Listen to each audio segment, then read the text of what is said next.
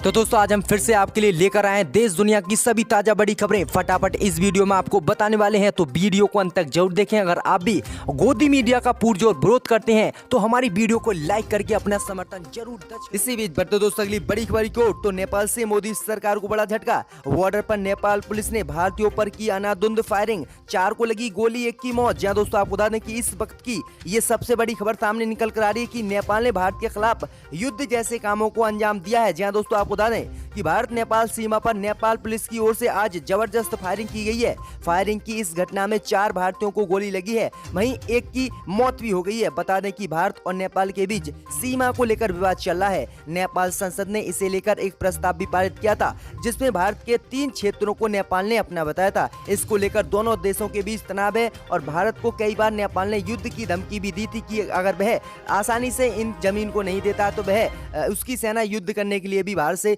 तैयार है। तो आज ये बहुत बड़ा काम जो है किया गया है। अब देखते हैं कि भारत सेना इसका कैसे मुंहतोड़ जवाब देती है नेपाल को। इसी बीच बढ़ते दोस्तों अगली बड़ी खबर की ओर। तो असुद्दीन ओवैसी के मंच से पाकिस्तान जिंदाबाद का नारा लगाने वाली अमूल्या लियोना को मिली जमानत। जहां दोस्तों आपको बता दें कि कर्नाटक में नागरिकता संशोधन कानून के खिलाफ आयोजित रैली में पाकिस्तान जिंदाबाद का नारा लगाने वाली अमूल्या लियोना को बेंगलुरु कोर्ट ने आज जमानत दे दी है। बता दें कि इससे पहले कोर्ट ने उनको ये कहते हुए जमानत देने से मना कर दिया था कि उनके फिर से देश विरोधी गतिविधियों में शामिल होने का अंदेशा है। जहां दोस्तों आपको बता दें कि अमूल्या ने फरवरी 2020 में कर्नाटक में नागरिकता संशोधन कानून के खिलाफ विरोध प्रदर्शन के दौरान असुद्दीन ओवैसी की एक सभा में मंच से पाकिस्तान जिंदाबाद का नारा लगाया था। उसके नारा लगाने के बाद स्वयं असुद्दीन ओवैसी युवती को मंच से ऐसा करने के लिए मना करते हुए दिखे। उन्होंने अपने मंच से तुरंत उन्हें उतार दिया, जिसके बाद इस घटना के बाद पूरे देश में आक्रोश आया और उनके खिलाफ FIR दर्ज की गई, जिसके बाद आज कोर्ट ने उन्हें जमानत दी है। तो ये काफी अच्छी खबर है।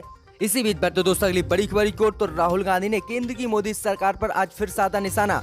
राहुल गांधी बोले धर्म के आधार पर बांटने वालों ने खुद को राष्ट्रवादी घोषित किया है। जहां दोस्तों आपको बता दें कि कोरोना महामारी के बीच कांग्रेस नेता राहुल गांधी ने एक बार फिर से केंद्र की मोदी सरकार पर निशाना साधा है। राहुल गांधी ने असहिष्णुता और चीन का मुद्दा आज फिर उठाया। राहुल गांधी ने पूर्व अमेरिकी राजदूत और विदेशी मुद्दों के जानकार प्रोफेसर निकोलस बन्नर से बातचीत की। इस दौरान राहुल गांधी ने केंद्र की मोदी सरकार पर निशाना साधते हुए कहा कि मुझे जो बंटवारा होते देश में दिख रहा है वो दोनों देशों को कमजोर करने की स्थिति में ले जा रहा है। आगे राहुल गांधी ने कहा कि जब आप लोग को जाति या धर्म के आधार पर देश में बांटने लगते हैं तो आप देश की नींव को कमजोर कर रहे हैं और देश को कमजोर कर रहे हैं। आगे राहुल गांधी ने कहा कि वर्तमान में जो ऐसा करने में नेता भारत में लगे हुए हैं उन्होंने खुद को राष्ट्रवादी घोषित किया हुआ है। वहीं आगे राहुल गांधी ने कई हमले बोले और कहा कि भारत और अमेरिका के बीच पहले रिश्ते काफी बेहतर हुआ करते थे, लेकिन पिछले कुछ सालों में इनमें दोनों ही पक्षों में मायूसी देखी गई है और ये सिर्फ व्यापार आधारित ही रह गए हैं। दोनों देशों के संबंध में क्या देखने को मिल रहा है और इसमें किस तरह की प्रगति हो रही है, ये राहुल गांधी ने कहा। तो ये काफी बड़ा हमला राहुल गांधी ने बोला है केंद्र की मोदी सरकार पर।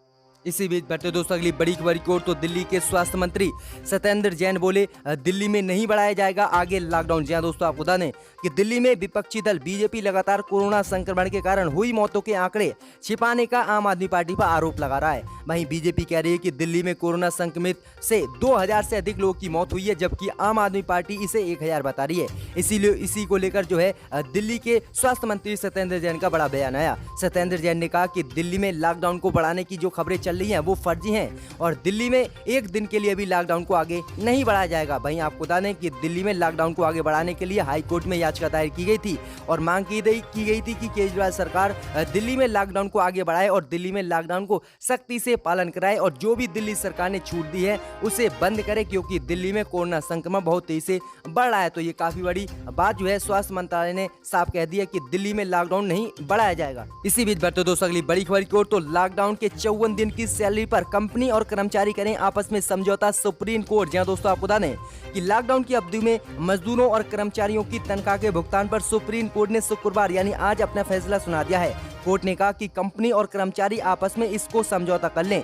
इस सिलसिले में कंपनी के खिलाफ कोई दंडात्मक कार्रवाई नहीं की जाएगी। इस बाबत सुप्रीम कोर्ट ने अपना पिछला आदेश ही माने रखा है। जहां दोस्तों आपको बता दें कि केंद्र की मोदी सरकार ने जब देश में लॉकडाउन लगाया था तब केंद्र की मोदी सरकार ने सभी कंपनियों से कहा था कि वह घर बैठे सभी प्रवासी मजदूर और अपने कर्मचारियों को पूरे महीने की सैलरी दें, लेकिन कुछ कंपनी सैलरी दी और कुछ कंपनियों ने सैलरी नहीं दी। इसी को लेकर सुप्रीम कोर्ट में याचिका दायर की गई थी और इसमें मांग की गई थी कि सभी कंपनी कंपनी जो है पूरी सैलरी उन कर्मचारियों को घर बैठे दें कोरोना महामारी के चलते। लेकिन सुप्रीम कोर्ट ने आज अपना फैसला सुनाया और कहा कि उन पर किसी प्रकार का दबाव नहीं बनाया जा सकता। अगर कोई कंपनी इस सैलरी को देने में विफल रही है, नहीं दे पाई है मजदूरों को, तो उस पर कोई दंडात्मक कार्रवाई नहीं की जाएगी, क्योंकि जब काम लोग करेंगे तभी कोई नौकरी के पैसे देगा, कोई बैठने के पैसे नहीं दे सकता। और आपस में कंपनी और कर्मचारियों को समझौता करना चाहिए। केंद्र की मोदी सरकार को इस मसले में 4 हफ्ते के लिए समय भी कोर्ट ने दे दिया है। इसी बीच बढ़ते दोस्तों अगली बड़ी खबर की ओर, तो ममता सरकार से बोले पश्चिम बंगाल के राज्यपाल,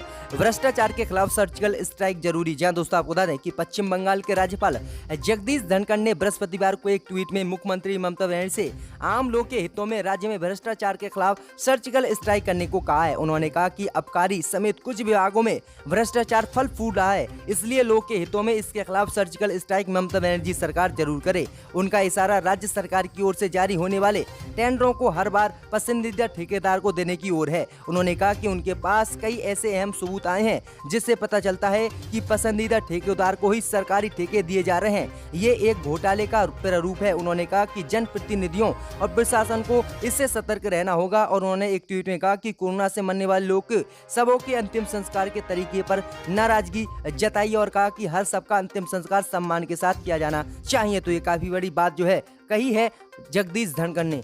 इसी बीच बढ़ते दोस्तों अगली बड़ी खबर की ओर, तो अयोध्या के बाद अब काशी मथुरा विवाद पर भी सुप्रीम कोर्ट में याचिका, 29 साल पुराने कानून को रद्द करने की मांग। जहां दोस्तों आपको बता दें कि अयोध्या पर ऐतिहासिक फैसले के बाद अब काशी मथुरा विवाद को भी सुप्रीम कोर्ट में चुनौती दी गई है। एक हिंदू संगठन ने इसको लेकर सुप्रीम कोर्ट में याचिका दायर की है। इसके तहत 29 साल पहले बनाए गए कानून को चुनौती दी गई है। दरअसल प्लेसेज ऑफ वर्शिप एक्ट 1991 के तहत कहा गया है कि आजादी के बाद कोर्ट की दखल के बाद भी किसी धार्मिक स्थल को नहीं तोड़ा जाएगा और वह वैसे ही बरकरार रहेगा। अब इसी को लेकर हिंदू संगठन की तरफ से सुप्रीम कोर्ट में चुनौती दी गई है। वहीं आपको बता दें कि अयोध्या पर ऐतिहासिक फैसले आने के बाद से कई संगठन इस मुद्दे को सुप्रीम कोर्ट में चुनौती देने की बात कर रहे थे।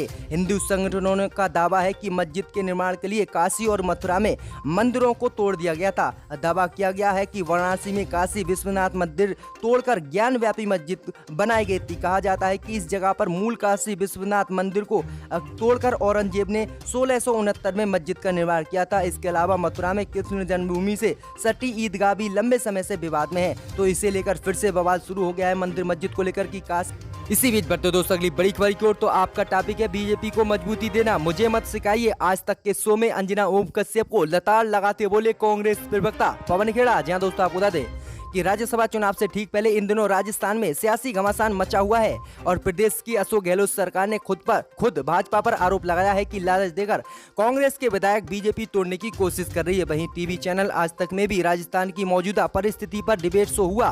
कार्यक्रम का संचालन अंजना ओम कश्यप कर रही थी और पैनल पर कांग्रेस प्रवक्ता पवन खेड़ा और भाजपा प्रवक्ता गौरव भाटिया थे। वही डिबेट शो में पवन खेड़ा टीवी एंकर पर तब भड़क गए जब उनसे टॉपिक पर ही जवाब देने को कहा गया था। उन्होंने टीवी एंकर से कहा कि टॉपिक पर ही जवाब दे रहा हूं और आप भी टॉपिक पर ही रहिए। कांग्रेस प्रवक्ता ने अंजना ओम कश्यप से कहा कि जब चीन पर बात होती है तो कहते हैं कि नरेगा पर बात करो, जब नरेगा पर बात होती है तो कहते हैं कि टॉपिक पर बात करो। आपका टॉपिक सिर्फ भाजपा को मजबूती देना है। दरअसल कार्यक्रम में पवन खेड़ा ने प्रधानमंत्री मोदी पर निशाना साधते हुए कहा कि मुख्यमंत्रियों की बैठक में जो पीएम भीलवाड़ा मॉडल की बात कर रहा उसकी सरकार गिराने की बीजेपी की तरफ से कोशिश की जा रही है। कोरोना संकट के बीच ऐसा किया जा रहा है। उन्होंने कहा कि पीएलए नहीं संभाल पा रहे हो और एमएलए खरीदने चले, उनको कोई सवाल नहीं पूछा, उल्टा हमसे पूछ रहे हो विधायकों को क्यों छिपा कर रखा। पवन खेड़ा ने कहा क्यों ना रखे, हमारी सरकार है, हम बचाएं और चुनी हुई सरकार है, मजाक बना रखा है। तभी एंकर अंजना ओम कश्यप ने उन्हें बीच में रोकते हुए कहा कि टॉपिक पर जवाब दो। इस पर पवन खेड़ा नाराज हो गए और कहा कि टॉपिक पर ही हूं और आप भी टॉपिक पर ही रहिए। आपका टॉपिक सिर्फ भारतीय जनता पार्टी को मजबूती देना है और कुछ नहीं। इसी बीच बढ़ते दोस्तों अगली बड़ी खबर की ओर, तो वेतन न मिलने से परेशान दिल्ली के डॉक्टर, गृह मंत्री अमित शाह से लगाई गुहार। जी दोस्तों आपको बता दें कि दिल्ली में हर दिन कोरोना संक्रमण के बढ़ते खतरे से लड़ रहे डॉक्टरों को 3 महीने से दिल्ली सरकार ने वेतन नहीं दिया है। प्रशासन से कई बार गुहार लगाने के बाद अब उन्होंने केंद्रीय गृह मंत्री अमित शाह को पत्र लिखकर अपनी परेशानी बताई है। दिल्ली की मेडिकल एसोसिएशन ने गृह मंत्री अमित शाह को पत्र लिखकर हिंदू राव और कस्तूरबा हॉस्पिटल समेत एनडीएमसी के कई अस्पतालों के डॉक्टरों को वेतन न मिलने का मुद्दा उठाया है।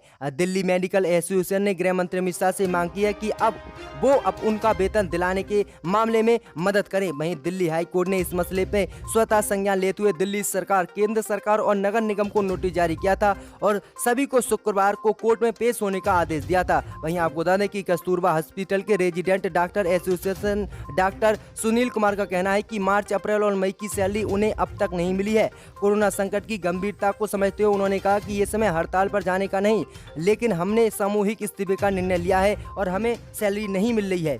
जानते हैं, मगर मैं दोहराना नहीं चाहता। मैंने ये भी देखा था 2006 में कि एक एमपी ने यहां पर आकर अपने फाइल डिप्टी स्पीकर पर फेंक दिए थे, वो भी हमने देखा था। और वो सब कौन थे हम जानते हैं, मगर ये जिम्मेदारी सबकी है सर। और यकीनन जो अपोजिशन